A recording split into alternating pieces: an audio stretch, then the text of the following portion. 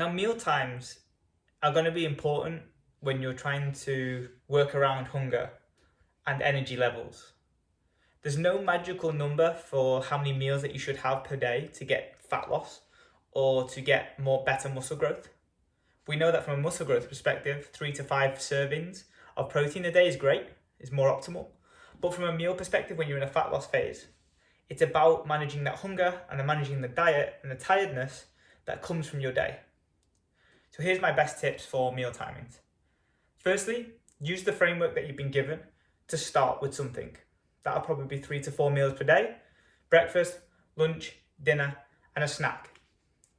Once you've done that for a few weeks or 7 days, and you would like to try a different way of doing things, I would suggest, for most part, elongating breakfast out to around about 10 or 11 o'clock in the morning.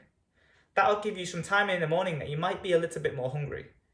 But normally everyone is going through their day, you're having coffee, you're having water, you're motivated by it being at work or preoccupied, so you can deal with that hunger till about 10 or 11 o'clock. In that sense, you also shorten down the window of eating. So you can have 4 meals now in 8 hours instead of having 4 meals over 12 to 14 hours, which means that you're probably going to be less hungry over the long term. The worst thing that you can do is eat all your meals by 7 p.m.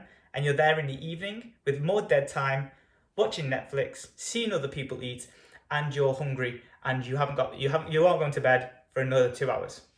Majority of the time, that will always win, and you'll always have something more because you can't go to bed hungry.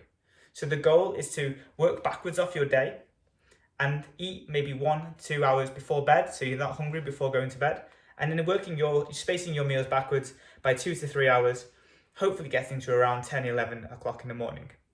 That would be a really super easy way to do it. Now, if you struggle eating all your meals and you're someone that struggles to get the calories in, I would suggest having more frequent meals, but having more smaller base meals, something that will be easy digestible and easy to put down you.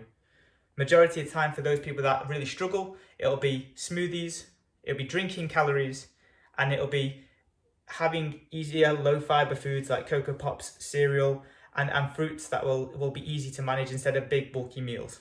But for the most part, that'll be trial and error to find the food sources you like. And for the people on a diet that are not struggling to eat their food and that are hungry, you have to focus on that food volume that we just spoke about in the last video, and then focus on your meal timings so that you are not putting yourself at a disadvantage by being hungry later on in the day.